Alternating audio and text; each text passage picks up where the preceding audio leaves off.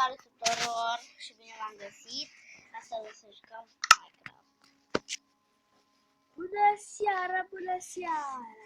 Vă invit să vă jucați Minecraft împreună cu Vlad.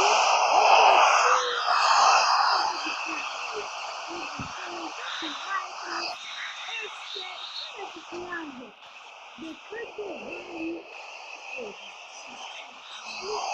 este joacă foarte mult și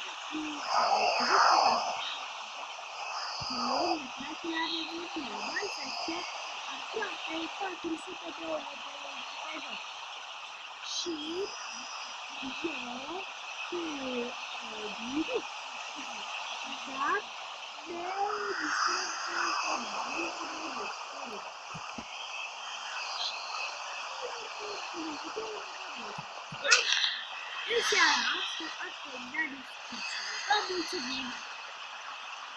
De exemplu, au făcut la video,